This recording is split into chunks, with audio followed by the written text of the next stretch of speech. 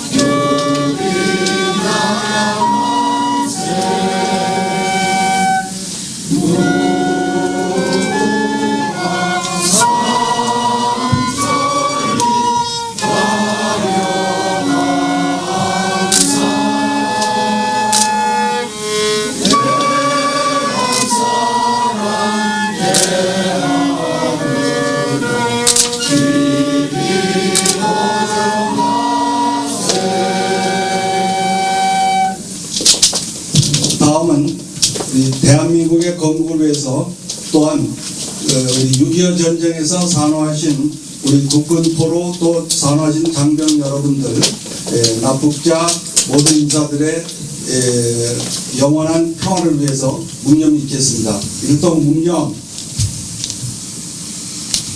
바로 다음은 오늘의 행사를 주최하신 국군포로 송환위원회 정영복 박사님의 인사 말씀 있겠습니다. 여러분 안녕하십니까. 정영복입니다. 날씨도 꽤 더운데 이 돌아오지 못한 군포로를 위해서 많은 관심을 가지시고 이렇게 와주셔서 정말 감사합니다. 오늘은 아주 귀한 손님을 맞이했습니다. 여러분 잘 아시겠지만 국군포로 문제와 또 탈북자 문제에 대해서 정말 현실적으로 정말 생명을 걸고 노력하시는 우리 박선영 전 국회의원 지금 현재 대학 교수로 계시며 이분이 서울에서 또 오시고 또 그분을 도와주시는 서울진막 오신 차관님 그리고 김현 변호사님 오늘 아침에 막 서울에서 도착해서 지금 아직 여고도 풀지도 못하고 이 자리에 참석했습니다. 대단히 감사합니다. 마이크 소리가 좀 안 들리는데요. 제일 주요한 연설도 아니니까 하여튼 여러분 대단히 감사하고요. 사실은 제가 저들을 먼저 이야기를 하라고 그러는데 오늘 귀한 손님들이 계셔서 이분들이 먼저 이야기를 하고 그 다음에 제가 마지막에 혹시 필요한 보충이 설명이 필요하면 보충 이야기를 하려고 합니다. 그리고 오늘은 사실은 두 가지 행사가 한꺼번에 겹쳤습니다. 하나는 여기 브라더 오브 티아의 번역하신 폴 김태환 씨 고등학교 2학년 때 아버님 따라서 한국에 나와서 아버님이 저희들 구금포로 송환위원회의 법률 고문이십니다. 김한혜 박사 있습니다. 저희들이 2011년에 해외에 있는 ICC에다가 북한 정권을 고발을 했습니다. 그 고발을 하기 전에 모든 자료를 위해서 김 박사가 한국 직접 나가서 그 당시에 탈북해와 있던 군포로들을 만나서 일일이 증언을 듣는 자리에 김태환 씨가 따라갔습니다. 따라가서 원래 여기서 자라기 때문에 한국어를 하지 못하는데 할머니가 하도 음악에 교육을 시켜서 한국어를 잘하게 됐고 또 책을 읽게 됐고 그래서 그 포로들의 이야기를 듣고 이것을 그 포로 중에 한 사람이 쓴 책이 있었는데 그 책을 영어로 번역해 주면 좋겠다. 그래서 번역을 했는데 그 고등학교 2학년 때입니다. 11학년 때. 그래서 그 원고를 저한테 보내고 제가 읽어보고 깜짝 놀랐어요. 이거 정말 잘 썼구나. 그래서 이걸 책을 출판하자. 그래서 저희들이 그 책을 출판을 하게 됐습니다. 그래서 사실은 그 출판 기념일을 하고 또 오늘 이 국구 포럼 문제를 별도로 하려고 그랬는데 시간 문제도 있고 또 경비 문제도 있고 해서 한꺼번에 겹쳤습니다. 이 점 양해해 주시기 바라시고요. 우선 폴 김 한바서 오늘 이 책의 이 번역자라고 하면 사실 자기가 쓴 거 거의 마찬가지예요. 여러분 읽어보시면 기가 막히게 정말 잘 썼습니다. 인사 한마디 하시는 것이 오늘 주민으로서 타당하지 않을까 생각합니다. 폴 김 나와서 간단하게 한국말이든 영어든 좋으니까 인사하세요.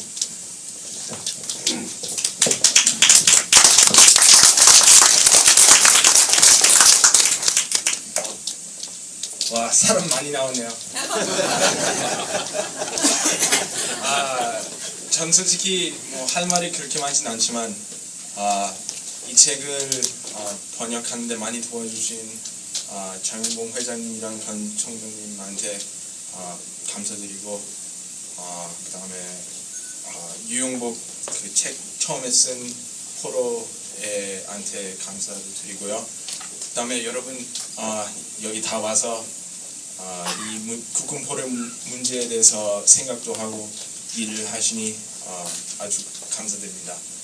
책들은 다 뒤에 있어서 많이 사주세요.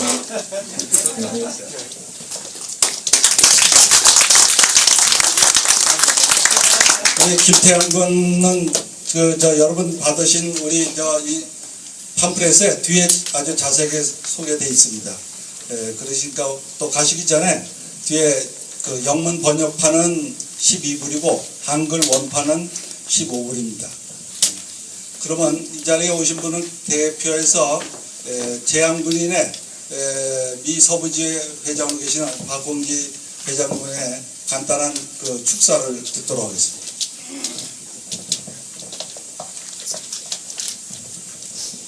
네, 공기입니다.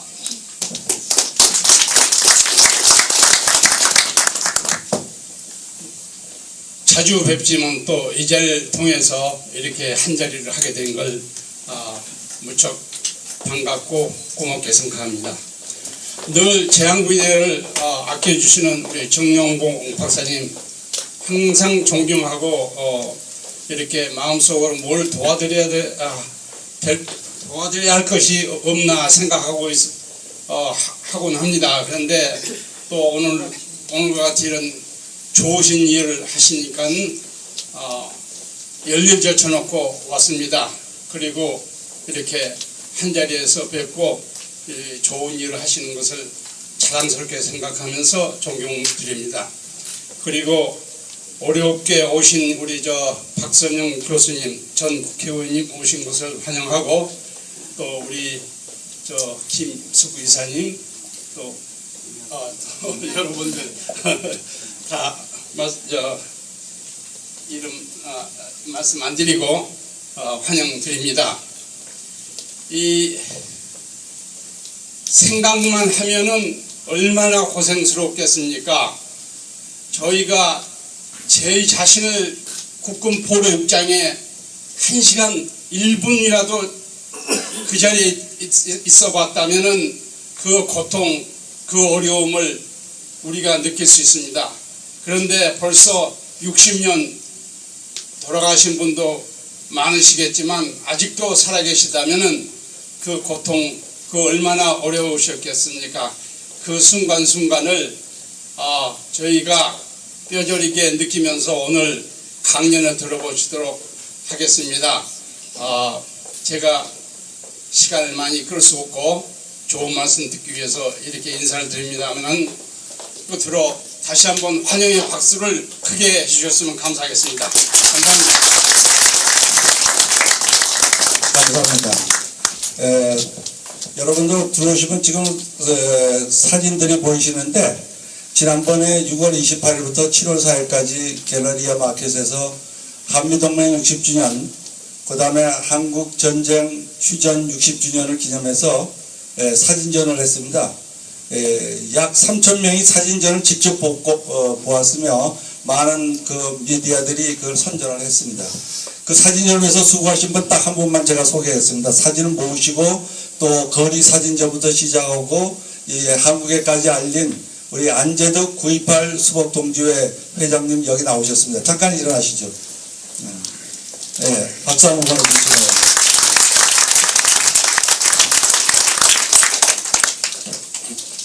오늘 이제 이 자리에 우리 귀한 분이 오셨는데, 마지막으로 우리 그 책 번역한 폴김, 한국 이름 김태환. 여러분들 1980년대 아웅산 사건 아시죠? 전두환 대통령에서 우리 한국의 수재들이 전부 다 한 자리에서 순국을 하셨는데, 그 중에 전두환 대통령이 평소 당신이 한국의 경제 대통령이다는 경제수석 김재익 수석의 바로 아드님이 우리 김한혜 박사님이시고, 우리 법률 담당 국군보로 그대로 책을 번역한 학생이 바로 친손자가 됩니다. 그래서 그러니까 그런 점은 이 세상의 인연이라는 게 상당히 무섭습니다. 오늘 이 자리는 우리 국군포로 또 수만 명 북한에 끌려간 우리 공무원들, 경찰 가족, 그 다음에 소방대원 모든 그 납북 인사들, 그 다음에 중국이나 또 다른 지역에서 떠도는 우리 탈북자들, 그 다음에 그 전에 유랑한 사할린 우리 동포들, 또 소련에 끌려간 그 많은 우리 그 선조 이민들, 그분들 위해서 애쓰시는 단체가, 애쓰는 분들이 모인 단체가 물망초입니다. 잊지 말자는. 거기에 초대 이사장으로 계신 박선영 전 국회의원을 이 자리에 모셨고, 또한 전 통일부 차관으로 계시면서 또 한국의 외교 전문의로서 한중 외교의 마쿠를 또 담당하셨고, 그런 분, 우리 또 그런 분이 공직자께서 우리 물망초의 이사로 허심탄회하게 들어오셔갖고 백의종군을 하십니다. 또 이번에 처음으로 국군포로 신고센터를 한국에서 설치해서 초대 센터장을 지내신 김현 변호사님, 이 세 분 중요한 분을 이 자리에 모셨습니다. 그래서 오늘 먼저 우리 김소구 전 통일원 차관 선생님 먼저 모시겠습니다. 예. 예, 나중에 제가 박사님 나중에 먼저 나오시기 바랍니다. 이 자리에 좀 오시기 바랍니다.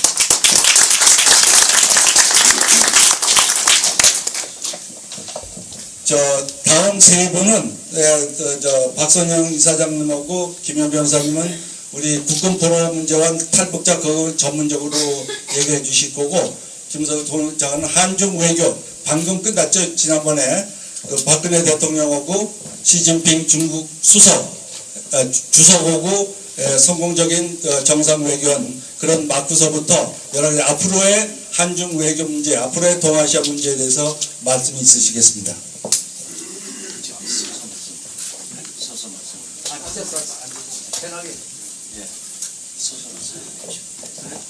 본인이 서서 하시겠다. 이렇게 여기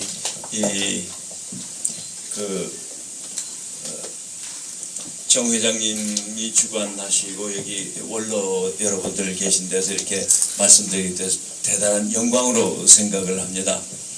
실은 조금 전에 김태환 군을 소개를 했지만은 그 아버님하고 저희가 지금 쓰고 있는 핸드폰 이게 된 것도 김재익 그 당시 수석이 4차 사회개발 계획할 때 엄청난 이 통신관계 그 압력단체들을 물리치고 정말 한국의 가장 청렴한 공직자로서 그러한 계획을 세웠기 때문에 그게 됐고 그 계획하에서 우리 대한민국의 그 회사들이 반도체 기술을 받아들여서 이게 지금 여기까지 꽃 피어 왔습니다. 그건 아주 조그만 거에 지나지 않습니다. 그 아드님 또 이 손자분들이 이렇게 훌륭한 일을 하는 걸 이걸 보면서 이게 우리나라가 이렇게 발전한 게 아닌가 하는 생각이 들고 제가 말씀을 들었는데 그때 그 김재익 수석의 그 동서되신 분이 여기에서 과학자인데 지나다니면서 맨날 그걸 연구를 하셨대요. 그래서 이 LA에 계신 여러분들 포함해서 미국에 있는 선진 문화를 한국에 가져가는 가장 중요한 지역이 여기 있었다 이렇게 생각을 합니다. 근데 이제 오늘 주제는 이제 국군 포로나 이런 문제지만 오늘 서울에서 떠나기 전에도 국군 포로 문제 이런 문제에 대해서 우리가 국회에서 준비를 했었는데 그때 우리가 얘기한 것은 우리가 여러 가지 미국에서 배워야 되지만은 국가를 위해서 희생한 사람들 끝까지 책임진다는 것 그걸 우리가 배워야 되지 않느냐 그런 의미에서 우리가 역할을 하자는 이런 말씀을 우리들이 나누었습니다. 저는 시간이 많지 않기 때문에 한중관계에 관해서만 먼저 말씀을 드리겠습니다. 굉장히 많이 발전했습니다. 1994년에 김영삼 대통령 때 그 파주에 있는 적군 묘지 거기에 중국군 희생자 사망자 묘도 있고 북한 괴뢰군이라고 얘기하죠. 그 묘가 있는데 그때 그 중국측한테 여기 중국군 유해들이 있으니까 가져가려면 가져가라고 우리가 얘기를 했었어요. 그런데 그 당시에는 중국 측에서 전혀 관심을 표명하지 않았습니다. 그런데 이번에 그 얘기를 했더니 굉장히 감사해야 하고 이 자기네들이 그렇게 예우를 해줘서 고맙다는 답이 왔습니다. 이것은 한중 관계가 어떻게 지금 변화하고 있는 건지를 말씀드리는 가장 좋은 예라고 할 수 있겠습니다. 쉽게 얘기를 하자면은 지난번 오바마 이 시진핑 6월 7, 8일 캘리포니아에서의 8시간에 걸친 회동을 통해 가지고 여러 가지 큰 두 나라가 모든 문제를 다루었었고 또 거기에서는 합치되는 점도 있지만 합치되지 않는 점들 많이 있었는데 그 중에서는 북한의 핵 문제는 절대 용인해서는 안 된다는 그런 점에서는 합의가 됐었죠. 그거에 이어서 우리 박근혜 대통령이 6월 27일부터 북경을 방문해가지고 시진핑 주석과 이제 정상회담을 했는데 역대 어느 정상 간의 그 회담에서 보다도 비교하면은 중국어를 구사하는 박근혜 대통령의 중국에 대한 이해가 중국 시진핑 주석을 비롯한 중국 국민들한테 굉장히 큰 감동을 주었다고 봅니다. 거기에서 시작된 양국 간의 정상 간의 회담은 굉장히 깊은 얘기까지 된 걸로 알려지고 있습니다. 가장 중요한 건 혹시라도 북한이 개혁개방을 안 해서 급변 사태가 일어날 경우에 그 다음 남한 중심으로 통일되는 문제에 대해서도 얘기가 있었던 걸로 알려집니다. 물론 중국은 큰 나라이기 때문에 대한반도 정책을 하루아침에 바꾸진 않습니다. 그리고 북한이 싫어하는 얘기는 하진 않지만은 과거에는 그런 얘기를 하면은 전혀 얘기가 되지 않고 금기사항처럼 되어 있었는데 양국 정상 간에 그런 얘기를 할 수 있다는 것이 굉장히 큰 질적인 변화라고 할 수가 있겠습니다. 과거에는 경제적으로는 굉장히 가까운 나라가 됐죠. 수교한 지가 1992년 수교한 지가 21년째가 되는데 양국 간의 무역이 수출 수입 합쳐가지고 2,200억 불에 가깝죠. 그러니까 저희 1조 불 수출에서 22%, 23%가 중국하고 우리 교역 관계에 있습니다. 인적 교류가 합쳐가지고 700만 명이 서로 교류하고 있습니다. 중국에 들어가는 외국인 중에서 한국 사람이 일본 사람보다 많고 한국에 들어오는 외국 사람이 중국 사람이 가장 지금 많을 정도로 지금 인적 교류라든지 물적 교류가 굉장히 깊게 됐는데 이것은 경제적인 그 측면에 꺼냈었는데 그동안에 정치적으로는 좀 아직도 냉랭한 왜냐하면 북한이라는 존재가 있기 때문에 그랬었는데 이제는 정치적으로도 아주 뜨거운 관계로 그 변화해 가고 있다고 이렇게 말씀을 드릴 수 있겠습니다. 실은 제가 그 외교부에서 25년을 근무를 했는데 마지막 책임은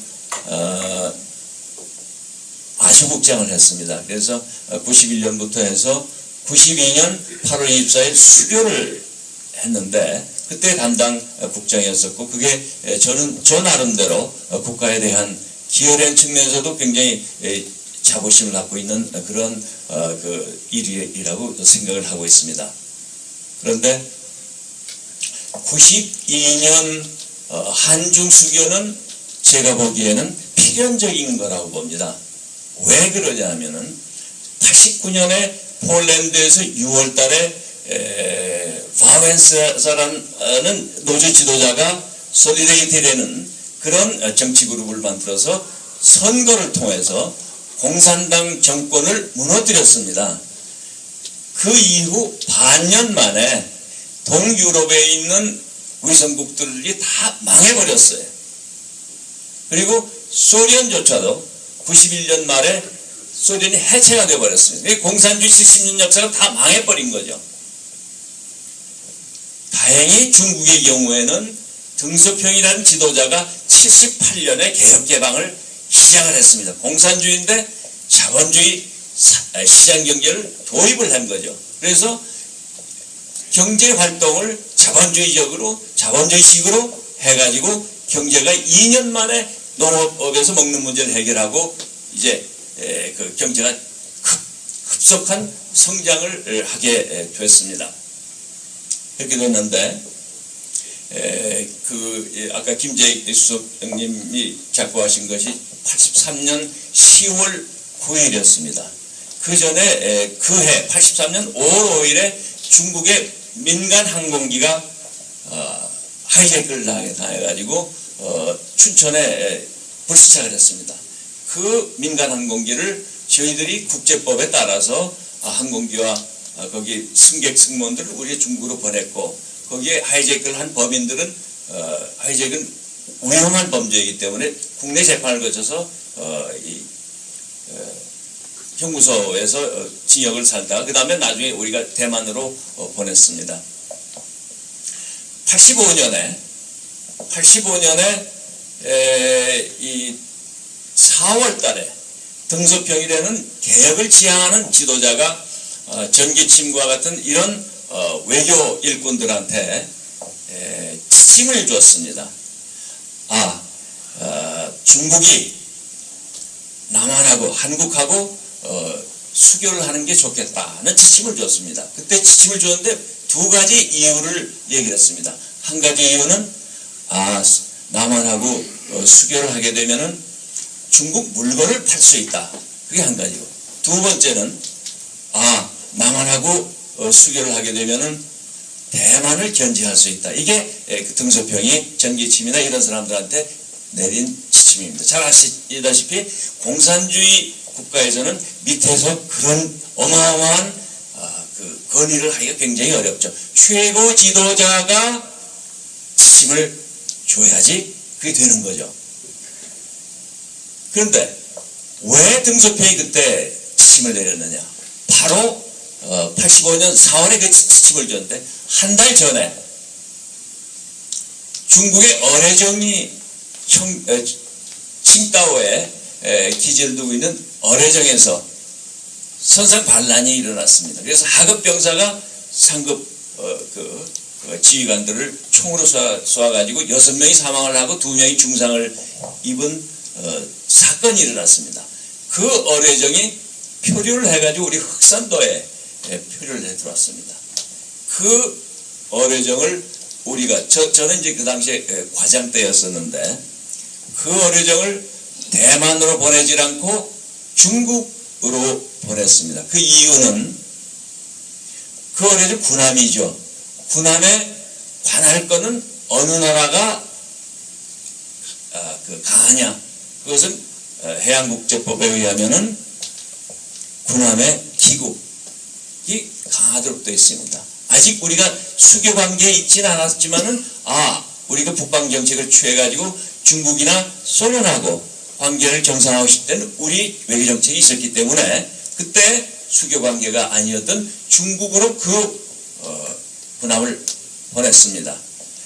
그걸 돌려받고 등소평 그 당시 지도자가 감동을 한 것 같습니다. 그래서 그 지시를 내렸는데 그때 전두환 대통령이었었는데 전두환 대통령한테 등소평 지도자가 비밀 특사를 보냈습니다.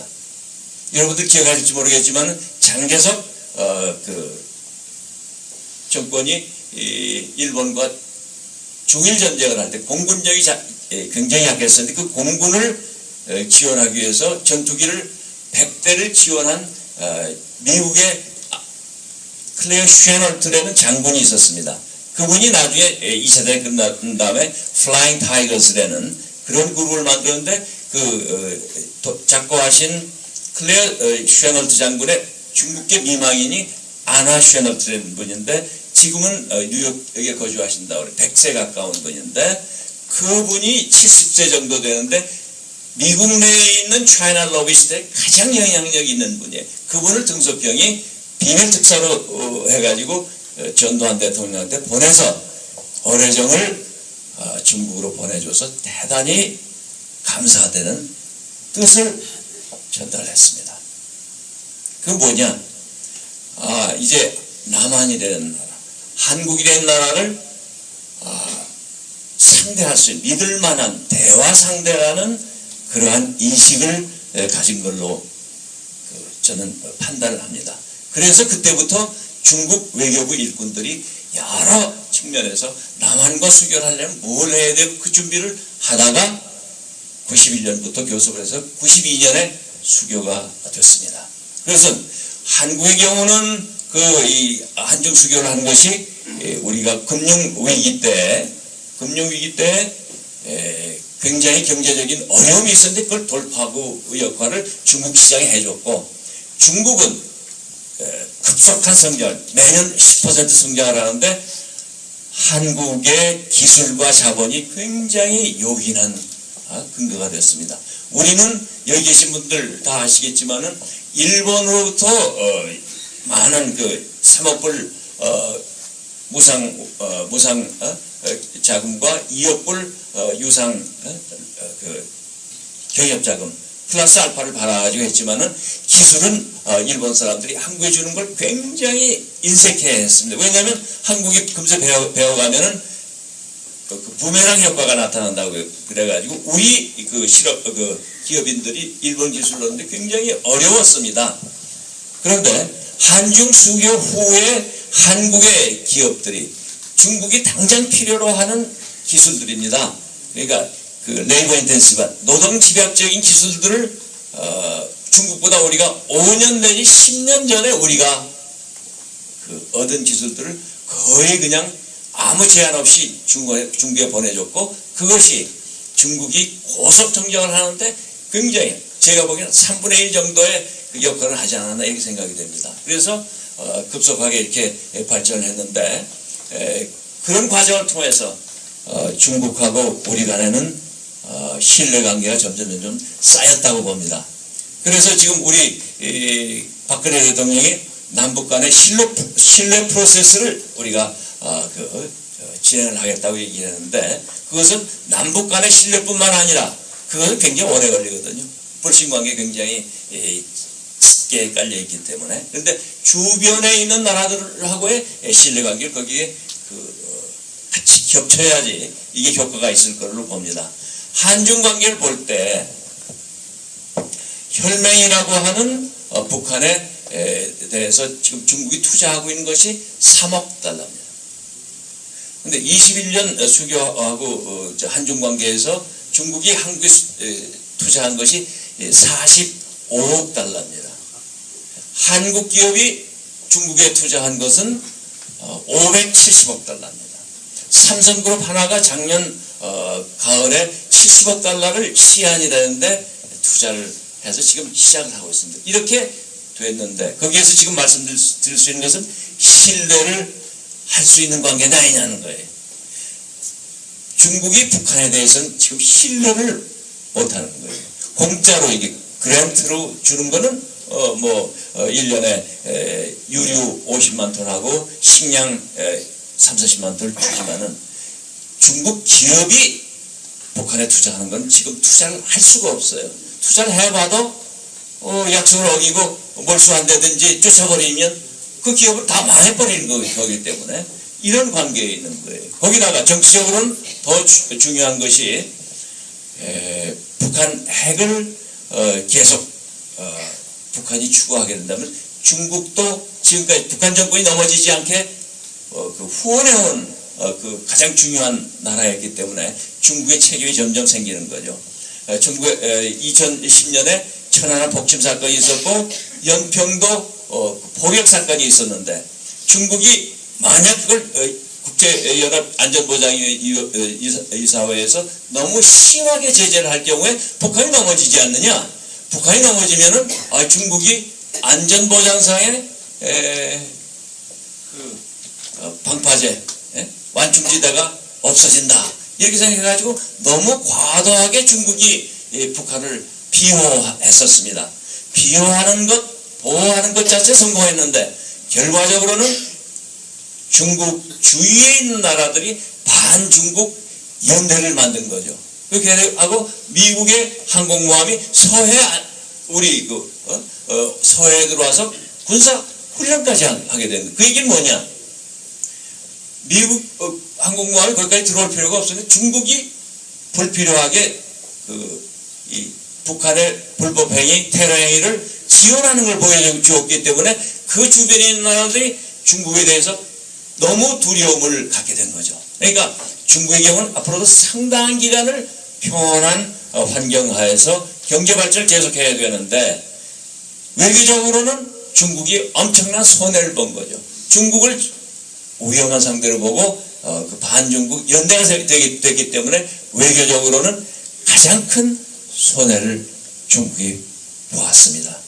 그래서 그런 북한에 대해서 이걸 얼마나 중국이 보호해줘야 되느냐 문제가 나오기 시작했는데 거기에 우리 박선영 이사장께서 조금 후에 말씀을 드리겠지만은 작년 2월 14일에 동아일보가 31명의 탈북자들이 중국 공안에 잡혀가지고 곧 북한으로 강제 송환된다.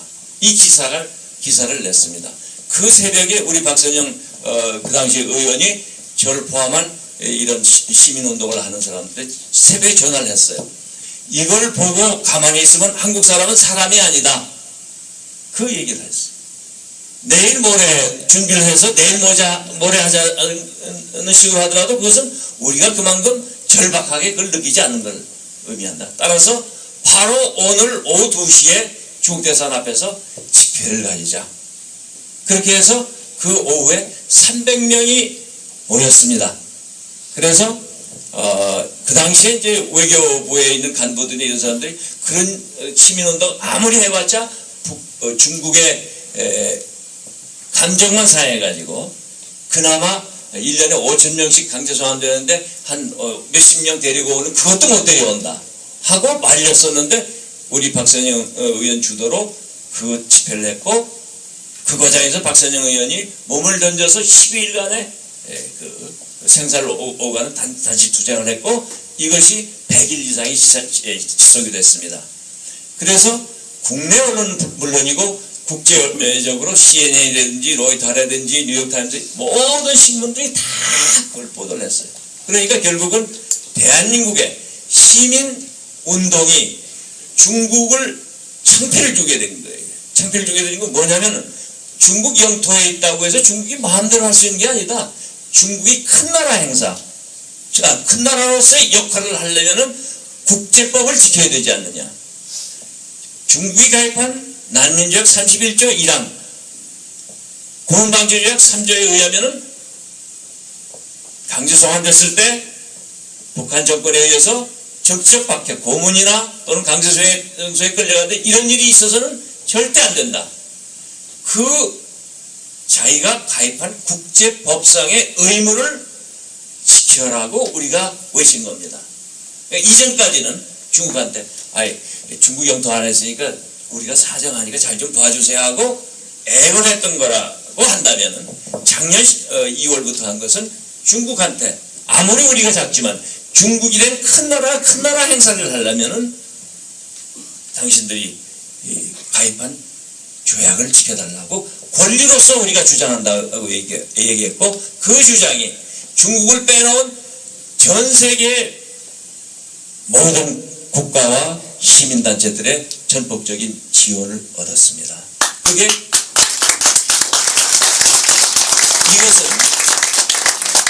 이것은 우리가 앞으로 우리 곧 통일된 다음에 우리는 중국이나 일본에 비해서 작은 나라이기 때문에 그 나라에 대해서 우리 힘으로 겨루자고 하는 것은 그렇게 큰 좋은 방법은 아니에요.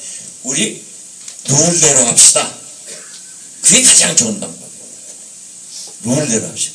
인권, 환경, 룰대로 합시다. 중국한테 그렇게 당당하게 얘기할 수 있을 때 그게 우리가 우리 자손들을 위해서 굉장히 큰 안보상의 기본을 만든다고 저희들은 생각합니다. 그래서 저는 이 자리를 빌어서 우리 물망초 그리고 박선영 우리 교수를 지원해 주신 여러분들께 감사를 이 자리를 빌어서 다시 한번 드리고 저희들이 하는 일을 도와주시기를 간곡히 부탁을 드리겠습니다. 감사합니다.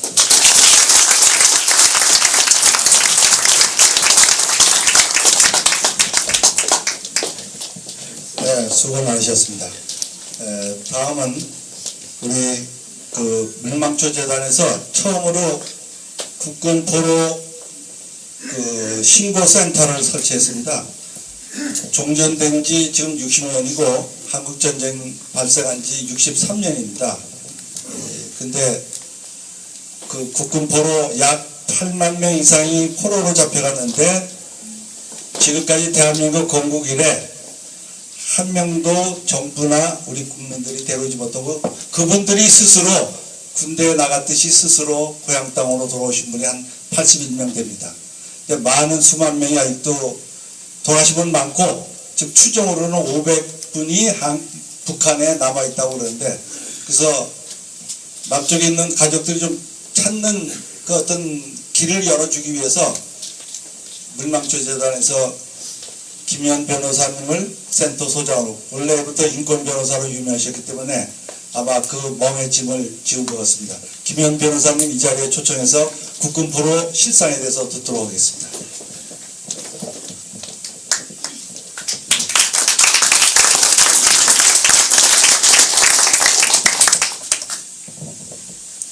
존경하는 LA 교민 여러분 안녕하십니까? 저는 유학생 시절이던 1985년 한 6개월간 LA에서 생활한 적이 있습니다. 그래서 그때 그 아름다운 LA 그 추억을 잊지 못하고 있습니다. 오늘 이렇게 여러분 앞에서 말씀드리게 돼서 대단히 감사합니다. 1953년 6월 18일 날 아주 통쾌한 일이 있었습니다. 휴전이 되면서 포로 청원협정을 체결했는데 양측이 포로를 교환하게 되어 있었습니다. 그런데 우리 측이 억류 중인 많은 공산 포로 중에는 북으로 가기를 거부하는 외국 군인들이 많았습니다. 이승만 대통령은 과감하게 이들을 석방하기로 결심하고 6월 18일 공시를 기해서 국군 헌병대를 동원해서 당시 미군이 관리하던 포로 수용소를 기습해서 전원을 끊고 철조망을 전부 끊어서 국군 포로들을 탈출시켰습니다. 이때 2만 7천 명이 석방됐습니다. 그렇지 않았더라면 이분들이 북한으로 끌려가서 꼼짝없이 전원 그 사경을 헤맸을 겁니다. 국군 포로 문제가 발생한 것은 그 주목을 받은 것은 1994년에 조창호 소위가 첫 번째입니다. 두 번째로는 양순영 일병 사건이었습니다. 문제는 그 휴전 후에 우리 측은 전원 돌려고 했는데 저쪽에서는 무려 8만 명에 가까운 우리 포로들을 붙잡고 돌려보내주지 않았습니다. 북한은 전원 소환했고 국군 포로는 없다 이런 입장을 견지하고 있습니다. 그런데 국군 포로 아들이 우리한테 보낸 편지에 의하면 그 당시 남한으로 갈 사람은 이쪽에 서고 북조선에 남을 사람은 이렇게 서라 한 다음에 남한으로 간다는 사람은 전부 다 사살했다고 합니다. 그런 공포 분위기를 만들어서 일부러 강제 전향을 유도한 것입니다. 국군 포로들은 그동안 적대 계층으로 분류돼서 인간 이하의 대접을 받았습니다. 그러면서도 고향으로 돌아갈 날만을 기다리고 있었습니다. 이세들도 군대도 못 가고 대학도 못 가는 그런 차별 대우를 받았습니다. 양순영 일병의 경우에는 53년도에 중공군에게 포로로 잡혀서 무려 40년을 아오지 탄광에서 일했습니다. 고향의 주소를 잊지 않으려고 하루에도 몇 번씩 되뇌었습니다. 그러다가 진폐증에 걸려서 너무 아프게 돼서 여생이 얼마 남지 않은 걸 직감하고 고향에 편지를 썼습니다. 근데 기적적으로 답신이 왔습니다. 답신을 받은 양일병은 그 편지를 찢어서 땅에 파묻었습니다. 가족의 헌신적인 노력 끝에 3년 뒤에 양일병은 한국에 돌아올 수 있었습니다. 그래서 5년간 자유로운 생을 마음껏 누린 후에 2001년도 별세하셨습니다. 북한이 국군 포로 자체를 부정하기 때문에 그 당국 간의 대화는 이루어지지 않고 있습니다. 유일하게 17명 국군 포로가 상봉을 한 적이 있었는데 이때는 우리가 국군 포로란 말을 쓰지 않고 전쟁 시간 동안 소식을 알 수 없게 된 자라는 표현을 썼기 때문입니다. 현재 북한에 약 500명 내지 350명의 국군 포로가 생존해 있는 것으로 추정됩니다. 국정원은 2006년에 신원이 파악된 1,700명 중에 800명 사망, 500명 생존, 300명 실종 이렇게 발표를 했습니다. 실종된 8만 명 국군들의 가족들은 혹시나 사랑하는 가족이 아직 북한에 남아있지 않을까 같은 희망을 버리지 않고 있습니다. 그래서 이 사단법인 물망초는 가족들의 애끓는 영혼을 들어주고 민족들의 아픔을 치료하고자 2013년 5월 13일 국군 포로 신고센터를 설치했습니다. 저희 센터는 신고를 받아서 저희가 가지고 있는 국군 포로 명단과 대조해서 그분들의 생존 여부를 알려드릴 생각입니다. 그리고 정부에 대해서 생존 국군 포로의 명단과 현재 소재지를 파악하라는 압력을 가할 생각입니다. 그 후에는 가족과의 서신 교환, 상봉을 추진하고 궁극적으로는 전원 송환을 추진해서 이분들이 자유롭게 우리와 함께 살 생각입니다. 현재 300명의 명단이 접수되었습니다. 해외에서도 접수되고 있고 앞으로 LA, 캐나다, 호주 같은 해외에 지부를 설치해서 이 운동을 전 세계에 확산시킬 생각입니다. 국군 포로가 현재 북한에 생존할 경우 평균 연령은 87세입니다. 그리고 신고자는 평균 71세였고 동생이 신고하는 경우가 제일 많았습니다. 그 다음에는 아들, 딸, 며느리 순서였습니다. 대개 2000년까지는 연락이 되다가 그 후에 끊어진 경우가 많았습니다. 2000년에 탈북한 국군포로 A씨가 자신과 함께 노역했던 국군포로 69명의 명단을 올해 5월에 공개했습니다. 이 명단은 아주 자세한 것이었고 그 중에 4명이 실제로 탈북을 했기 때문에 그 명단은 아주 정확한 것으로 저희는 보고 있습니다. 최근 박선영 물망초 이사장께서는 그 탄광지대인 함경북도 3개 탄광에 113명의 국군포로가 현재 노역 중이라는 그런 자료를 입수했습니다. 이분들이 현재 80대, 90대 노령이기 때문에 시간이 없습니다. 우리가 서둘러서 이분들을 데려와야 합니다. 저희 센터가 문을 연 5월 13일 날 김영광 할머니가 자기 아버지 김종학 씨의 생사 여부를 알고 싶다고 말하면서 저를 찾아왔습니다. 근데 그때 센터에 탈북한 국군포로가 있었습니다. 그래서 하는 얘기가 당신의 아버지 김종학 씨 내가 탈북 당시까지 건강하게 같이 일하고 있었다. 그렇게 말해줬습니다. 그래서 김영광 할머니가 정말 눈물로 아버지가 돌아가시기 전에 한 번만 만나고 싶다. 그렇게 호소했습니다. 대한민국 국회는 자랑스럽게도 6월 25일 날 국군포로 송환축구 결의안을 채택했습니다. 만장일치했습니다. 그 내용은 북한이 억류된 국군포로를 속히 한국으로 송환할 것, 그리고 대한민국 정부는 국군포로의 실태 파악을 위해 노력하고 그들의 성화를 위해 노력할 것입니다. 소독은 1963년부터 89년까지 동독의 정치범 3만 명을 1인당 5천만 원을 주고 사왔습니다. 우리 정부도 인도주의 차원에서 현금이나 현물을 주고 이 500분을 데려와야 된다고 저는 생각합니다. 우리 정부는 그동안 적극적인 관심을 보이지 않았습니다. 최근에 69명의 명단을 발표한 국군포로에게 저희가 물어봤습니다. 13년 동안 왜 안 밝혔냐? 그때 그분이 하는 얘기가 13년 동안 정부기관에서 수없이 조사를 받았지만 아무도 동료 국군포로에 대해서 물어보지 않더라. 물어봐야 대답을 하죠. 그러시더군요. 참 무책임한 일입니다. 미국 정부가 미군포로의 송환을 완료하고 유해까지 하나하나 다 발굴하고 있는 것과 너무나 대조적입니다. 지난 5월 유엔이 북한인권조사기구를 만들었습니다. 아주 파격적인 일입니다. 여기 우리가 국군포로 문제를 신고해서 도움을 받을 생각입니다. 정부가 전면에 나서기 힘들다면 사회단체, 저희 같은 사회단체가 나서서 국군포로들을 비공식적으로 조용히 데려오는 것도 한 방법입니다. 그럼으로써 외교적 마찰을 줄일 수 있습니다. 다만 문제는 국군포로들이 노령화돼서 좀 탈북할 체력이 안 되는 것이 걱정입니다. 한편 많은 국군포로들이 가정을 꾸몄기 때문에 전원 일시 송환하는 것은 무리가 있다는 견해도 있습니다. 그래서 단계적으로 서신교환, 상봉부터 먼저 추진하는 것이 바람직합니다. 특히 올해가 정전 60주년이니까 일반인의 이산가족의 상봉과 별개 문제로 국군포로를 우선해서 상봉 추진하는 것도 좋은 방법입니다. 국군포로는 엄연히 대한민국 국민입니다. 이들이 국가를 위해 봉사한 대가로 북한에서 고초를 겪고 있는 것을 알면서도 내버려두는 것은 우리 정부와 국민의 직무유기입니다. 우리 정부가 아무런 대책을 취하지 않으면 저희 국군포로 신고센터와 물망초는 100만인 서명운동을 벌여서라도 인도주의와 국민여론, 국제여론에 호소할 생각입니다. 경청해 주셔서 대단히 감사합니다.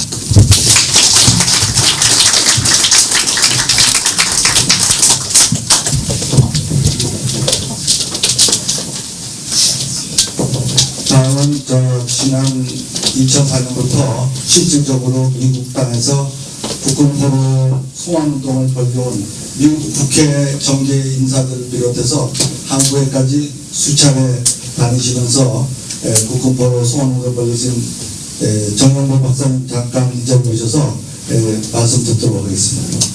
나중에 박상명 의원 모시겠습니다. 네.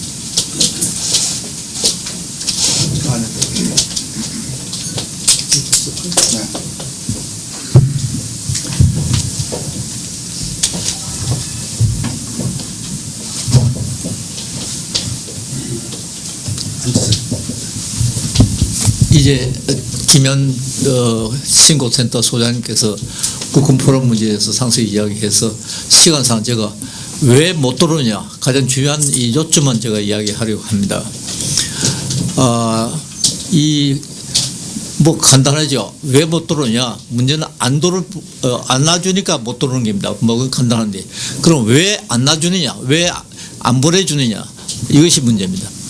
여기서 제가 그동안에 여러 가지 이제 조사를 해본 결과는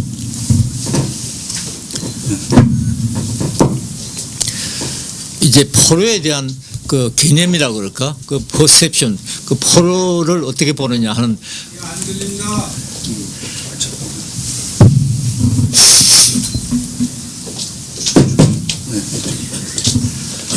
포로를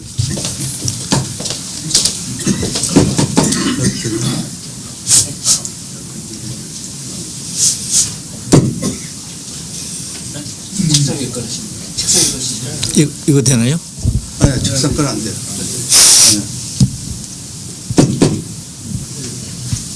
거기 저기 어디 있어요? 이렇게 정정해야 돼요. 두드리는데 되는데 말은 안 돼. 이상한데? 서로 한번 커넥션을 한번 해보세요. 다시 뺐다. 말해. 들리는 것 같은데? 들리십니까? 들리세요? 잘 안 돼. 이게 똑같다. 마이크 다른 거 없어요? 주제 안 좋은 거 같아요? 없어요. 주제.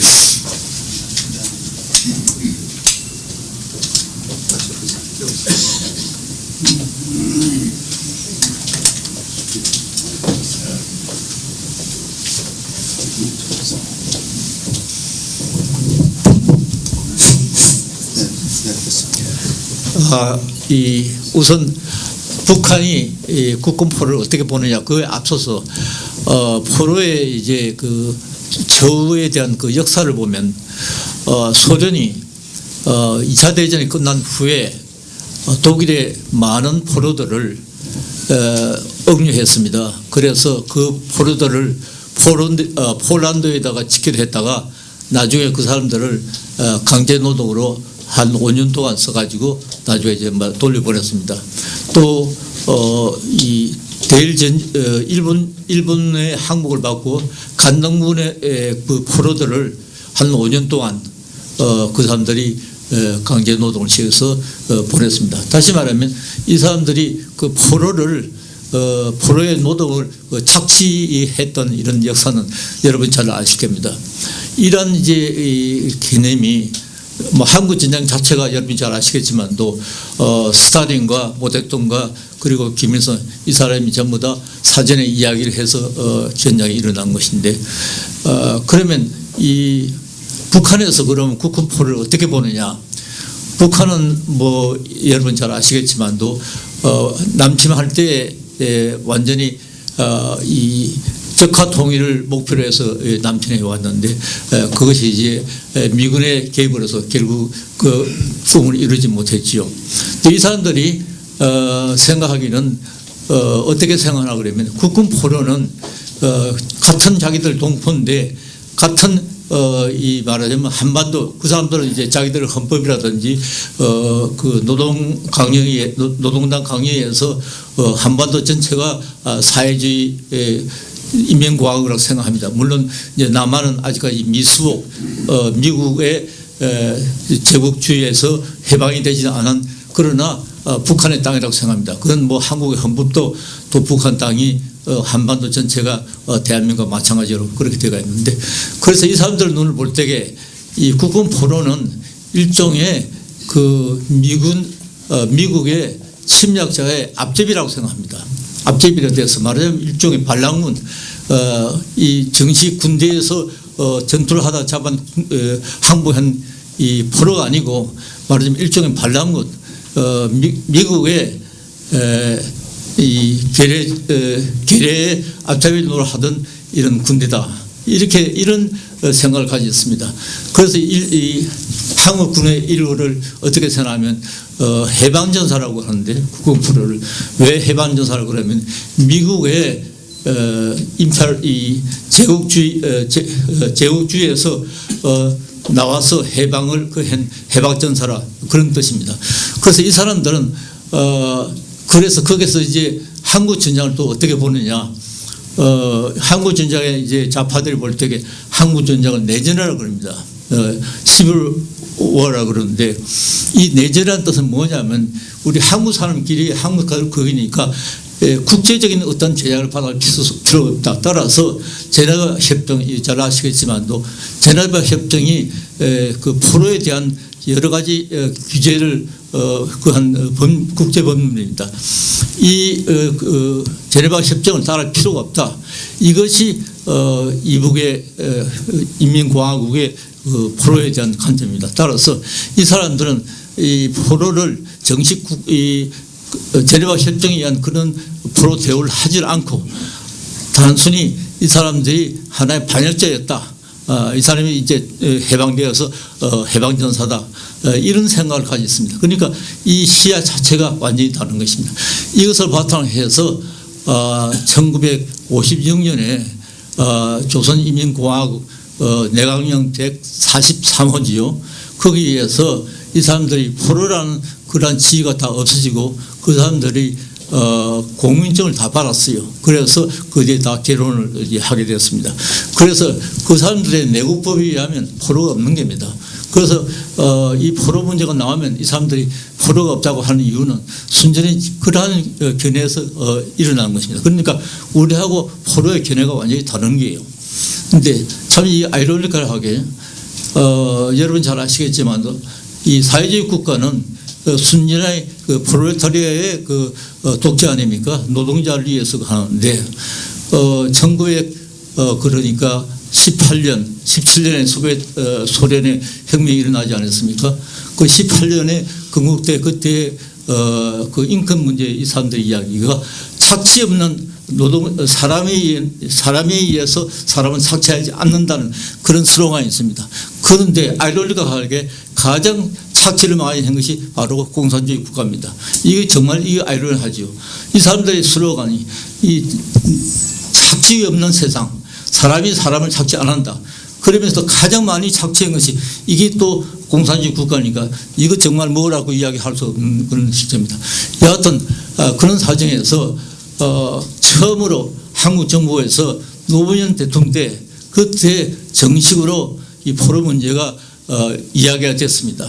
그러나 그때 노무현 대통령 직접 가서 김정일을 만나서 포로 이야기를 했는데 도중에 이야기가 딱 그런지 거기에 대해서 이야기 일치하지를 않아요. 전장만 쳐다보고 아무 이야기가 없었어요. 그 다음에 같이 갔던 김장수 국방장관, 그분이 상대편의 그 무릎부양 뭐지요? 그분한테 우리가 포로 문제를 일단 짚고 넘어가야 이야기 되지 않겠습니까? 그래서 이 사람 역시 입을 딱 다물고 이야기를 하지 않습니다. 이렇게 해서 지금 현재 포로 문제는 입을 딱 다물고 이야기를 하질 않아요. 그리고 그 사람들은 포로가 없다는 거죠. 자기들 자기들의 국내 법에 의해서 포로가 없다. 아까 이야기처럼 1956년 이미 그 사람들의 포로의 그 지위는 없어진 겁니다. 자기들 법에 의해서. 그러니까 그 사람들의 이야기고 실제 포로가 지금 얼마나 남아있느냐. 아까 지금 말씀드렸지만 대개 휴전 당시에 그러니까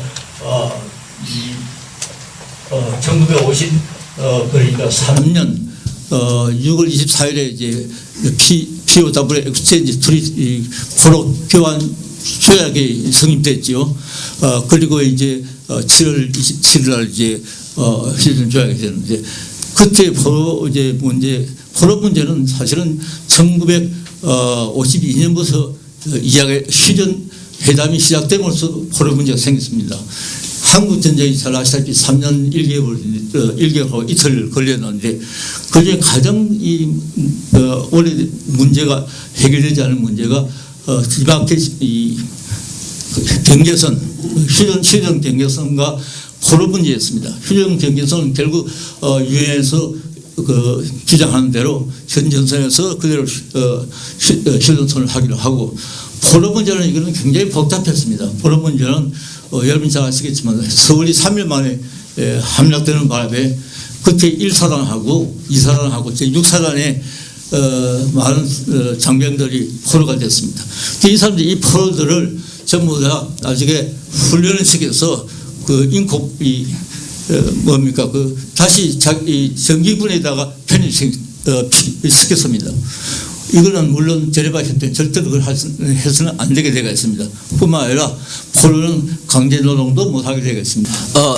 포로가 이제 많이 생겼는데 그 사람들이 그 포로 교환 때 그 사람들이 낸 그 명단을 보면 그 당시에 92,000명이 이제 그 사람들이 유엔군이라고 그러는데 유엔군에 자기들이 가지고 있는 포로가 한 92,070명인가 그렇죠.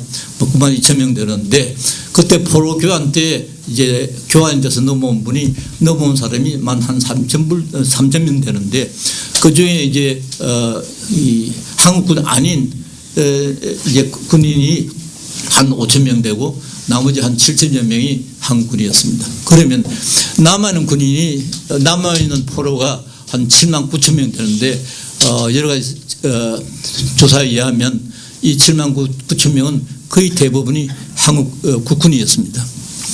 그런데 가장 이게 문제가 되는 것이 뭐가 문제가 되냐면 포로 교환을 할 때의 그 조건이 자발적인 가고 싶은 사람만 보낸다 이런 조항이 있습니다. 이것이 이 사람들이 포로 교환 때 7만 9천 명이라는 포로를 억제로 한 하나의 큰 이유입니다. 이 사람들이 이 7만 9천 명이라는 사람은 이 사람들은 자기들이 전부 다 북한에 그대로 있고 싶어 한다. 그러니까 우리가 보낼 수 없다. 그런데 이것을 검증을 해야 되는데 그때 여러분 잘 아시겠지만도 휴전 감시국이 있었습니다.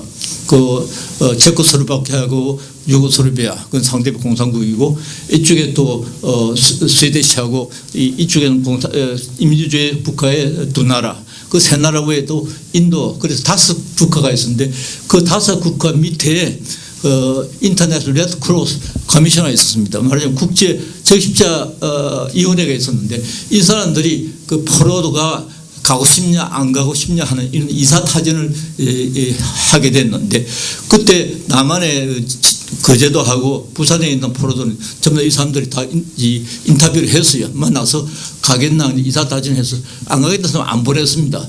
그래서 북쪽에도 이 사람들이 당에 들어가서 그 사람 면회를 하겠다 그랬더니 그때 이상조가 그 남일이가 이제 수석 대표였죠. 휴전회담 때 그 이상조라는 사람이 있었는데 이 이상조라는 사람이 우리는 절대로 그걸 허용할 수 없다.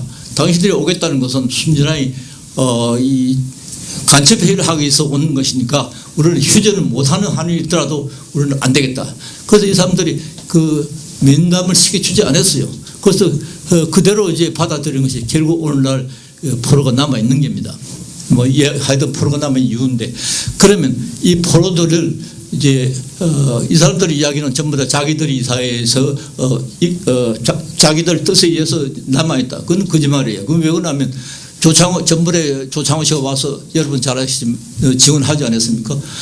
그 사람들이 조창호 씨는 그 아오지 탄광에서 12년 동안이나 강제 노동을 했는데 그 뭐 누구도 그 남한에 가겠다 물어보는 사람도 없었고 또 완전히 세상하고 절벽이 되어 있어서 뭐 포로 교환이 있었는지 또 뭐 휴전 협상이 전혀 몰랐다.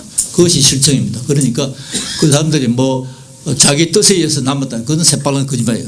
물론 뭐 7만 9천 명이 있었으니까 그 중에 혹시 또 남겠다는 사람이 있을란지는 모르겠죠. 그건 극히 드물 겁니다. 왜 그러냐면 그 당시에 포로 대부분이 남한 사람이었어요. 그렇기 때문에 그 사람들이 친척 자기들 그 육친들 남한에 있는데 자기만 북한에 남겠다. 그런 생각할 수 없는 게 그 중에 아까 얘기했지만 몇몇 사람들이야 뭐 남한에 가래 별 수가 없습니까? 뭐 북쪽에 살겠다. 뭐 그렇게 이야기했는지는 모르겠고요. 또 사실 실제로 아까 그 가겠다는 사람 총사하겠다는데 총을 내고 너 가겠냐 안 가겠냐 하는데 누가 감히 남쪽에 가겠다 누가 이야기하겠어요. 나는 군에서 상당히 용감하게 싸우고 다닙니다. 내가 많이 포로돼서 내가 물어보면 난 대답을 못했을 겁니다. 내가 그런데 그쪽에서 총을 내고 너가 남쪽에 갈 사람 손들어 그러면 누가 감히 손들겠어요. 이런 사태에서 이 사람들이 억류된 겁니다. 문제는 그러면 이 포로를 어떻게 그럼 다루고 오느냐. 아까 이야기처럼 노무현 대통령 때 일제 그 사람들은 해답이 항구를 하고 말을 하지를 않았어요. 그러니까 그 뒤에 이제 이명박 대통령 때 우리는 기대를 많이 했지만도 뭐 잘 아시다시피 북한하고 전혀 회담할 기회도 없었고 그랬는데 그래서 저희들이 2010년에 한국에 나와서 그때 통일부 장관을 하시는 현인택 장관 제가 만나서 이야기를 했어요. 이북에 여러 가지 조사를 해보니까 이북하고 협상하기는 힘이 듭니다. 김일성이가 포로가 없다 그러는데 지금 그 자식 그때는 이제 김정일 되니까 그 자식이 감히 지금 포로가 있다는 이야기를 할 수가 없습니다. 그러니까 이거는 안 되니까 딴 방법을 취해야 됩니다. 그러니까 제가 생각하기에는 유엔이 이것을 어떻게 조정을 해줘야 되지 않겠는 생각합니다. 사실 여러분 잘 아시겠지만도 휴전 협정도 포로 교환도 모든 것이 유엔군 이름을 대가 있고 한국군은 거의 서명하지 않았습니다. 그래서 사실 따지면 유엔군에게 책임이 있는 겁니다. 그러나 우리가 지금 유엔군에게 그렇게 많은 피를 흘려서 대한민국을 지켜주는데 그 책임지라 그 이야기는 감히 못하더라도 그래도 이 문제를 어떻게 해결하기 위해서 북한하고 이야기를 하게끔 어떻게 주선해달라더니 조정해달라 그 이야기는 우리가 할 수 있다고 생각합니다. 그래서 제가 그런 이야기를 했어요. 이거 안 되니까 유엔에다가 부탁을 합시다. 부탁을 해서 유엔에서 이걸 조정하도록 영 유엔에서 이야기해도 저쪽에서 해당을 안 한다니 하면 그때 또다시 그 어떤 제재 조치를 취할 수가 있으니까 그렇게 합시다. 그렇게 이야기했고 그리고 우리는 앞으로 이 문제를 ICC에 제소할 예정입니다. 그리고 또 유엔에 대해서는 우리가 여기에 대해서 아필을 할 이런 계획입니다. 해서 그 원고들 전부 다 주었어요. 다 주어서 그 이제 원고를 쓴 것이 여기 있는 김 박사가 굉장히 수고를 많이 해서 우리가 ICC에다가 2011년에 그때 2월 달입니다. ICC에다가 제소를 했어요. 그리고 또 유엔에는 4월에 그해 4월에 제소를 아필을 했는데 아직까지 아무런 뭐 해답이 없습니다. 근데 문제는 제가 생각할 때 아까 그 참 독일의 그 가프를 이 돈을 주고 사오는 그런 방법을 하든지 그렇지 않으면 지금 유엔을 통하든지 이 이외에는 방법이 없지 않나 이렇게 생각합니다. 그래서 지금 아까 말씀처럼 뭐 평균 연령이 87을 하셨는데 지금 그분들이 이제 살아서 살지 못합니다. 지금 또 살아있는 분이 거의 다 이제 사람 노릇을 못하는 이런 거입니다. 그러니까 시간이 없으니까 우리 여러분들이 아까 좀 서명운동을 하신다고 그러는데 정부를 운적해서라도 유엔을 통해서라도 어떻게 조정해서 이야기를 우선에 북한하고 이야기가 돼야 뭐 돈을 주든지 뭐 쌀을 주든지 비료를 갖다 주든지 하지 이야기가 지금 안 되고 있어요. 그렇게 이야기할 수 있는 계절을 만들어서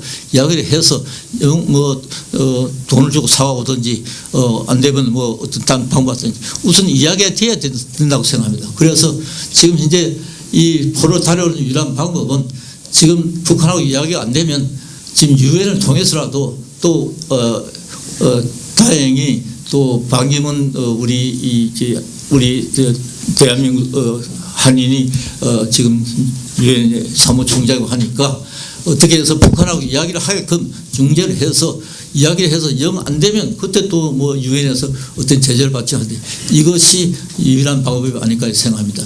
지금 이제 시간이 얼마 남지 않았습니다. 저 나이가 지금 86인데 아까 이야기처럼 대부분이 지금 87 평균 쳐서 그런데 이제 남아있는 사람이 얼마 되지 않았는데 이분들이 돌아가기 전에 어떻게 해줘야 되지 않나 저렇게 생각합니다. 저는 일선에서 부상을 당했지만도 그래도 살아있는 것이 그 지금 그 북한에서 그 억울하게 지금 돌아가고 있는 그 사람들에 대해서 저는 미안하게 생각합니다. 사실 대한민국 국민들은 이런 포로에 대해서 다 빚을 지고 있다고 생각합니다. 그래서 여러분께서도 다 그 포로에 돌아오는데 여러 가지 도와주시기를 간절히 바라는 바입니다. 감사합니다.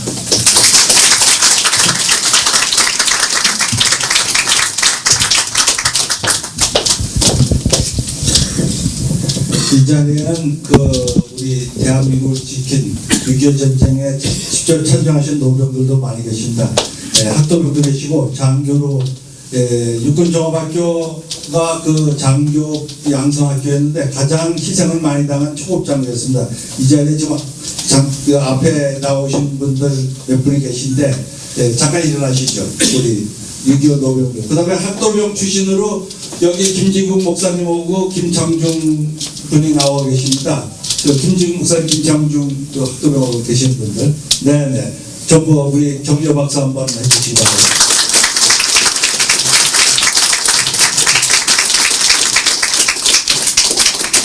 다음은 우리 박선영 전 국회의원이시고 지금 물망초 재단 이사장이신 이사장 맡고 계시고 지금 전 세계를 다니시면서 우리 인권운동을 하시는데 오늘 아마 여러분들한테 새로운 또 가슴 절절한 이야기를 나누시겠다고 했습니다.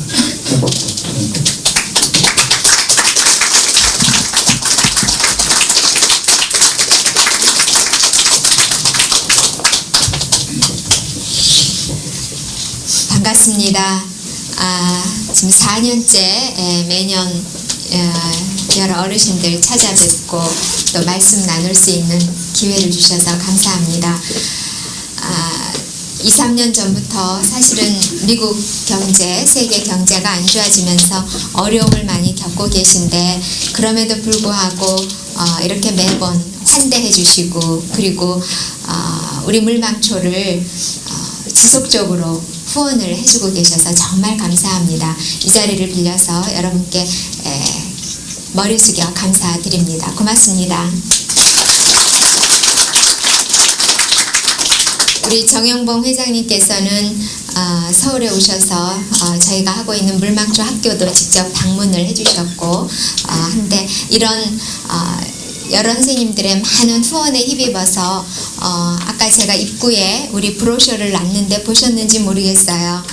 예, 보시면 처음에 제가 물망초를 하겠다고 도와달라고 여러 어르신들을 찾아뵈었을 때는 참 어려웠는데 지금은 이렇게 보시면 물망초 학교라고 해서 탈북고와 그 다음에 중국으로 팔려간 탈북 여성이 낳은 스테이틀리스 칠드런, 그러니까 그 아이들은 아무런 자기를 입증할 만한 아이디 카드가 없는 아이들이에요. 그래서 스테이틀리스 칠드런, 그 다음에 나이가 몇 살이든지 간에 북한에서나 대한민국에서 그리고 중국에서도 배움의 기회가 전혀 없었던 아이들을 저희가 모아서 기숙학교를 하고 있는 물망초 학교가 있고요.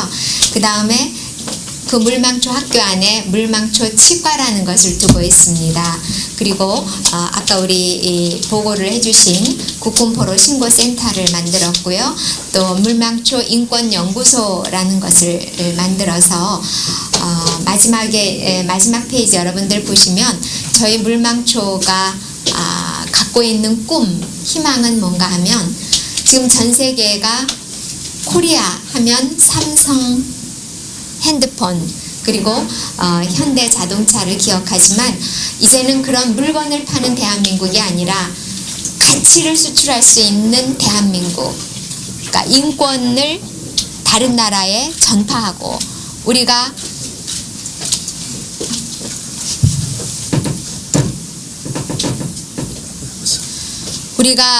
그냥 마이크 없이 6.25 전쟁 그리고 일제 치하를 겪고 나서 아직도 청산하지 못한 문제들이 많이 있지 않습니까? 일본군 위안부를 비롯해서 까레이스키, 사할린 한인 문제, 731 부대 이런 여러 가지 정말 뼈아팠던 우리의 근현대사 120년 동안에 우리가 해결하지 못하고 있는 역사의 조난자들을 구해서 그러한 역사적 아픔을 가진 사람들에게 어떻게 인권을 찾아주었는지 그 과정과 교훈을 잘 집대성해서 인권의 경험을 수출할 수 있는 나라, 그래서 가치를 수출할 수 있는 나라, 그러한 대한민국으로 만드는 것이 우리 물망초의 꿈입니다. 그 과정에 함께해 주시는 여러분께 다시 한번 감사드리고요. 우리 정영봉 회장님 국군포로에 대해서 안타까운 심정을 절절히 표현을 해주셨는데, 사실 그렇게 우리가 인권 수출국, 가치 수출국으로 나가려면 아직 한참 더 노력을 해야 해요. 이곳에서도 한국 언론 많이 보시지요. 지난 5월 23일에 일반 국민들이 알게 된 라오스의 9명 탈북 청소년들이 강제로 북송이 되는 그런 참사가 있었는데, 그거는 인재입니다. 인재. 처음에 잡혀서 한국 대사관에 100번도 넘게 전화하고 문자하고 살려달라고 구해달라고 해도 잡혀서 그들이 북한으로 가는 비행기를 타고 난 다음에서야 대사관이 그들을 보겠다고 찾아왔거든요. 북한은 평양에서부터 그 아이들을 데려가겠다고 사람들이 날아왔는데, 우리는 현재 있는 대사관조차도 움직이질 않았거든요. 국군포로 문제도 똑같습니다. 제가 현재 온성 지역, 그 다음에 샛별군 지역에 생존하고 계신 국군포로 113분하고 또 다른 국군포로가 증언을 한 69명의 명단을 발표했을 때 국방부는 기자들에게 그 기사 쓰는 것을 막았습니다. 그런데 지금도 놀라운 것은요, 그분들은 저나 제3자나 또 다른 인권운동가들을 통해서 자신을 구출해달라고 SOS를 치고 있습니다. 그 SOS가 편지로, 쪽지로, 전화로, 인편으로 전해지고 있어요. 그래서 5월 달에 조선일보가 국군포로의 한맺힌 60년에서 편지를 상중하로 보도를 했습니다. 오늘 가셔서 한번 찾아보세요. 그리고 중앙일보는 타이틀 제목을 조국이여 응답하라. 그래서 2000년 이후에 국군포로들이 보내온 편지와 사진들을 소개를 했습니다. KBS가 같은 날 또 보도를 했습니다. 그래서 저는 이런 편지와 지금도 이 순간에도 도와달라고, 살려달라고, 구해달라고 외치고 있는 국군포로들이 정말 연세는 드셨어도 사고는 청청하게 새파랗게 살아계신 그분들이 350명이 넘는다는 사실, 이 사실을 우리가 하루도 있으면 안 되리라 생각을 합니다. 제가 이번에 우리 김서구 이사님과 그리고 김현 센터장님하고 같이 LA를 방문한 것은 두 가지 목적입니다. 하나는 Remember Laos 9 운동을 펼치려고 하고요. 무슨 말씀인가 하면 그 아이들이 비록 우리 외교 당국의 잘못으로 강제 북송이 되었지만 그 아이들을 계속 우리가 기억하고 그 아이들의 안위를 걱정하고 국제사회가 함께 워치할 때 그 아이들은 죽지 않고 살아있을 수 있다는 겁니다. 제가 북한 인권 운동을 하면서 느낀 것은요, 강제 북송이 되었더라도 국군포로 할아버지 가운데도 넘어오셨다가 우리 대사관이 늦장을 부리고 모시러 오지 않는 사이에 공안에게 발각이 돼서 북송이 되신 분이 계신데요. 그것을 저희가 지속적으로 문제를 삼았어요. 그 할아버지 지금도 살아 계세요. 그분들 감시를 받고 있어서 다시 나오실 수는 없지만 그 할아버지를 정치범 수용소로 못 보냈습니다. 그러니까 우리가 감시의 눈을 가지고 지속적으로 그분이 어떻게 대우를 받는가를 워치를 하면 북한도 그분을 강제로 잡아가거나 고문하거나 죽이지 못한다는 겁니다. 그래서 Remember Laos 9, 9명의 라오스 탈북자들을 기억하자, 탈북 청소년들을 기억하자라는 운동을 이제 우리 재미교포들을 중심으로 해서 국제인권단체로 파급시키기 위한 것이 하나고요. 두 번째로는요, 여러분들 아마 최근에 한국 신문이나 뉴스를 통해서 들으셨을 겁니다. 대한민국이 젊은 아이들만이 아니라 40대까지도 6.25가 몇 년도에 일어났는지를 모릅니다. 1960년에 일어났는지 1955년에 일어났는지 모릅니다. 심지어는요, 고등학생들은 6.25를 북침이라고 답변을 했습니다. 무려 67%가. 이게 오늘의 대한민국입니다. 이렇게 참전하신 어르신들이 생존해 계시고, 사실 각 집마다 뭐 세 집에 한 집씩은 전쟁에 나가셨던 할아버지를 아직도 모시고 살거나 아니면 이산가족이 되어 있는 가족이 있거나 납북이 되어 있는 가족들이 있을 겁니다. 그럼에도 불구하고 우리는 지금 불과 60년 만에 전 세계에서 그 유래를 찾아볼 수 없을 정도로 빠른 속도로 경제 성장도 이뤘고, 그리고 모든 나라들이 부러워하는 문화 강국도 이루었습니다. 한류가 전 세계를 흐르고 있습니다.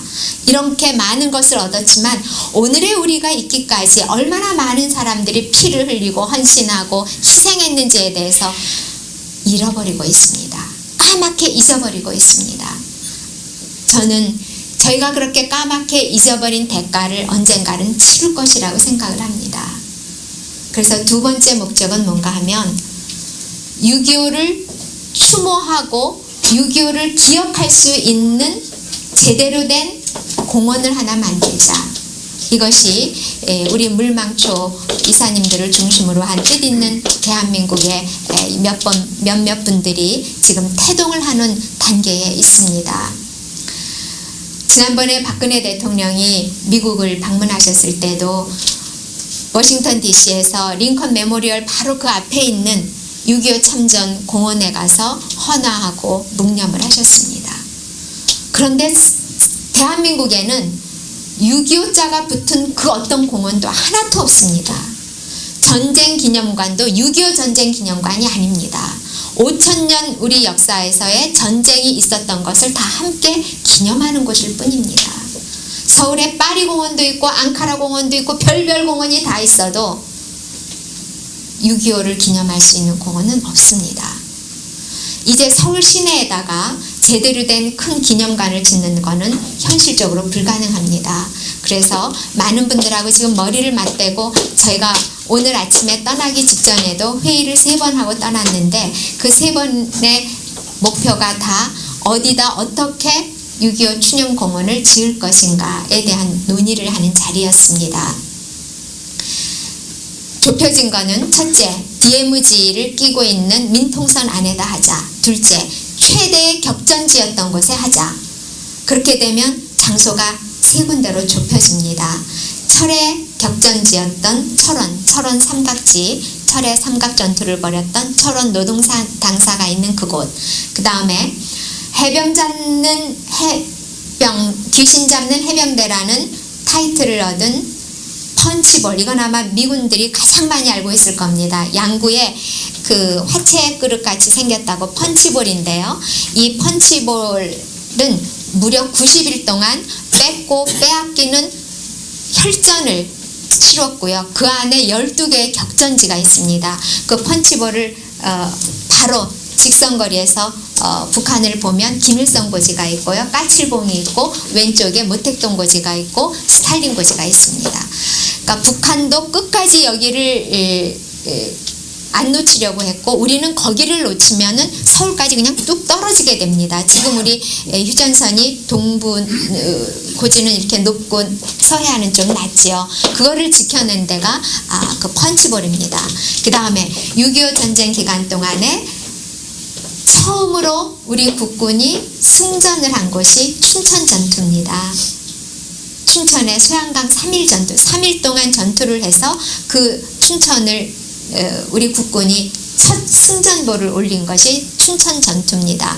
그래서 춘천은 지금 미군이 캠프 페이지가 나가면서 그 공간이 비게 돼서 춘천이 지금 3번째 후보지고요. 그래서 저희가 귀국을 하게 되면 그 세 지자체장들하고 다시 회의를 하기로 했습니다. 6.25 추념공원은 워싱턴에 있는 그런 6.25 춘향공원이 아니라 이제는 대한민국이 과거의 대한민국이 아닙니다. 전 세계가 주목하고 있고, 그리고 6.25라고 하는 전쟁은 우리가 외국인들이 코리안 워라고 하는데, 이 한국 전쟁은 전쟁 사적으로만 중요한 것이 아니라 국제법적으로 굉장히 중요한 선례를 남긴 전쟁입니다. 뭐냐 하면 제2차 세계대전 이후에 유엔으로 발전을 하면서, 유엔 기구로 확대해서 발전하지요. 그러면서 유엔 안보리를 만들었지만 아직 한 번도 결의안을 내본 적도 없고요. 유엔의 이름으로 파병을 해본 적도 없습니다. 한국 전쟁이 생기면서 처음으로 안보리 결의라는 것을 선례를 남겨서 그 선례대로 지금 결의안을 내고 있습니다. 그때 중국이 기권을 했는데요. 기권한 것은 카운트하지 않는다 라는 선례도 6.25 때문에, 한국전쟁 때문에 만들어진 것이고요. 그리고 두 번째로는 유엔이 개입해서, 지금까지도 미군도 마찬가지지만 유엔이 개입해서 유일하게 성공한 전쟁이 바로 한국전쟁입니다. 다른 데는 아직도 분규가 계속되고 있거나 아니면 베트남전처럼 패전하고 나와야 됐던 이런 전쟁이지만, 한국전쟁은 유엔의 이름으로 승리를 한 것이고, 이렇게 도와서 전 세계에 가장 모범국이 되는, 원조를 받던 나라에서 원조를 주는 나라로 탈바꿈한 전쟁, 이것이 바로 한국전쟁입니다. 이 한국전쟁을 우리 학생들은 북침이라고 하고 40대까지도 몇 년도에 일어났는지 모르고 있습니다. 정말 놀랍게도 6.25 전쟁이, 한국전쟁이 한국에서는 잊혀진 전쟁, 잊어버리고 싶은 전쟁, 잊으라고 강요당하는 전쟁이 되고 있습니다. 다른 나라들은, 특히 참전국들은, 유엔은 한국전쟁을 자랑스럽게 생각하고 영광스럽게 생각하는데 왜 대한민국에서는 이래야 합니까? 여러 가지 이유가 있겠습니다만은 저는 여기 서 있는 저부터의 잘못이라고 생각합니다.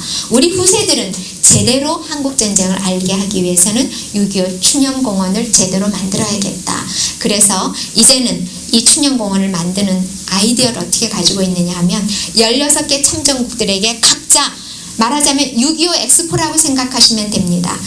미국, 영국, 프랑스, 필리핀, 이디오피아까지, 벨기에, 한 나라씩 전부 다 너희가 한국전쟁에 와서 어떻게 싸웠고, 어떤 사람들이 숨져갔고, 어떻게 희생을 했고, 어떤 전적을 이루어냈는지 너희 스타일로 한번 만들어봐라 해서 16개를 관을 나누어주고, 통일된 이후를 대비해서 북한 오케이, 김일성이 스탈린의 꼬임에 빠져서 전쟁을 일으켰지만 거기서 죽어간 인민군들 너희가 기념하고 싶으면 기념해라. 중공, 너희도 우리 한반도 통일에 동참을 해준다면, 도와준다면 너희 중공군들도 한국전쟁에서 어떻게 피를 흘렸고 어떻게 너희가 잘못을 했는지 기념을 해봐라. 그러면 세계가 바라보는 눈이 있어서 아마 참여를 할 것입니다. 그 중공군들이 앞세웠던 사람들이 조선족인 건 다 아시지요? 49년부터 중국 전역에 있는 조선족들을 한 군데 모았습니다. 그래서 기차 태워서 신의시로 보냈습니다. 그 사람들을 중공군이 밀어내고 내려올 때 총 한 자루도 주지 않고 앞에 총알바지로 내세웠습니다. 그게 중공군입니다. 8호군의 제일 앞에 섰던 사람들이 우리 조선족입니다. 그것도 그들 손으로 기념하게, 그들 손으로 기록하게 저는 만들고 싶습니다. 그리고 우리나라의 의료 지원을 해줬던 5개 나라들이 있습니다. 그것도 의료관으로 해서 그들을 기억하게 하고, 그리고 물품을 지원해줬던 43개 나라도 따로 물품 지원관 해서 만들고, 그것만이 아니라 대한민국의 문화는요, 오늘의 한류가 있기까지 무엇이 있었는지 아십니까?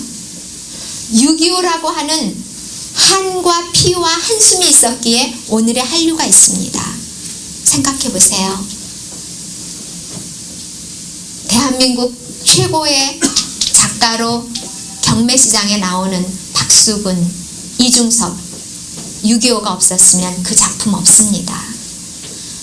대한민국 최고의 문학 작품들 이병주 씨도 그랬고요. 박완서 씨도 그렇고 논란의 여지는 있지만 조정래 씨도 그렇고 6.25가 없으면 대한민국 문학이 허리가 두동강이 납니다. 영화도 마찬가지고요. 빨간 마우라 온갖 영화가 6.25를 소재로 한 게 많습니다. 그래서 6.25 음악관, 6.25 미술관, 6.25 문학관, 6.25 영화관, 그리고 6.25 박물관. 그래서 어르신들이 가지고 계신 만일 군번줄이 있다면 그것도, 그리고 제가 가지고 있는 그 많은 편지들 한 300통 됩니다. 국군 포로들이 보낸 것. 그런 것들을 다 같이 전시를 하고, 그것만이 아니라 일반 국민 그리고 세계에서 와서 관광으로 그 공원을 활용할 수 있도록, 이제는요 아무리 좋은 걸 해놔도 액티비티를 할 수 없으면, 그리고 엔터테인먼트를 할 수 없으면 그 공간은 죽은 공간이 되고 맙니다. 이게 21세기예요. 그래서 그곳에 최고급 호텔부터 청소년 유스호텔까지 지어서 가족이든 학생이 각 연령대에 맞는 사람들이 와서 전쟁 체험도 할 수 있게. 요즘 어른들도 전쟁 체험하는 거 돈 내고 가서 많이 해요.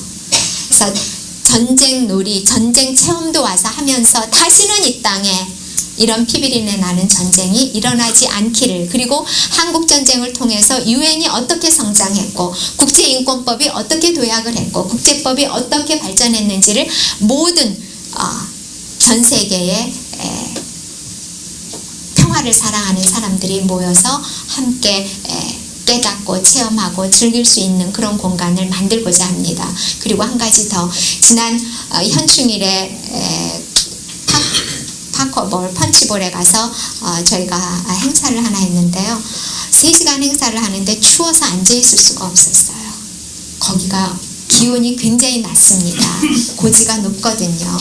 그래서 6, 7, 8, 9, 4달은 그쪽이 휴양지가 될 수 있도록 4달 동안은 하루도 쉬지 않고 각종 음악회나 연극이나 평화나 전쟁을 주제로 한 이런 문화 행사가 열릴 수 있도록, 마치도 여름이면 아비뇽 축제를 보러 가기 위해서 아비뇽이 미어 터지듯이 우리 6.25 추념공원을 그런 식으로 좀 만들고 싶습니다. 그런데 정부가 하게 해서는 저는 안 된다고 생각합니다. 아까 말씀드렸듯이 라오스의 9명 그 청소년을 놓쳐버리는 정부, 국군 포로를 잊어달라고 강요하는 정부, 그런 정부의 손에 이 문제를 맡기고 싶지 않습니다. 저는 우리가 독립기념관을 만들 때 그 뜨거운 열정으로, 그리고 우리가 비록 좋아하지는 않지만 우리의 이웃인 일본의 후쿠시마 원전 사고가 났을 때 독립기념관을 지을 때보다 2배나 되는 돈을 우리 국민성금으로 모아서 일본에게 보내주었습니다.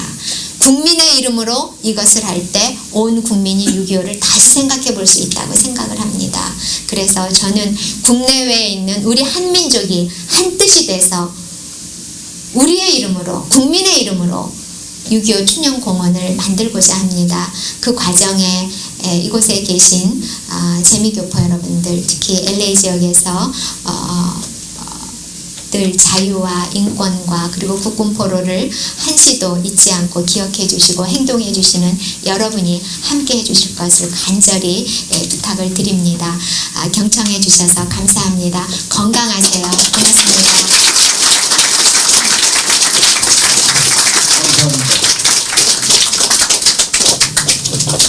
네. 이 자리에는 우리 두고 온 고향을 대표해서 재미인 남가주 이북도민 총연합회 이 회장님이 여기 나와 계시죠. 잠깐 일어나서 잠깐 일어나십니다. 신앙민들을 대표하시는 회장님이십니다.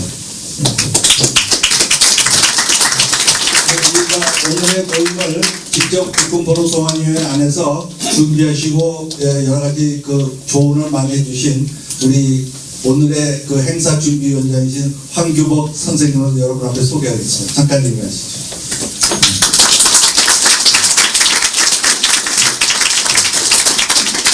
지금 우리 박선영 전 의원께서 호소하신 내용 여러분 잘 들으셨을 겁니다.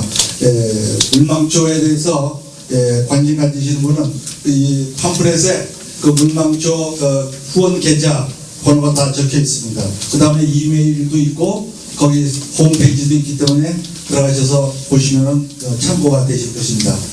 우리가 이 교육회관에 약속한 시간이 9시에 끝나게 되어 있습니다. 여러분들 그 오늘 행사를 여기서 마치면서 밤길 무사히 집에 돌아가시길 부탁드리면서 오늘 행사를 마치도록 하겠습니다. 감사합니다.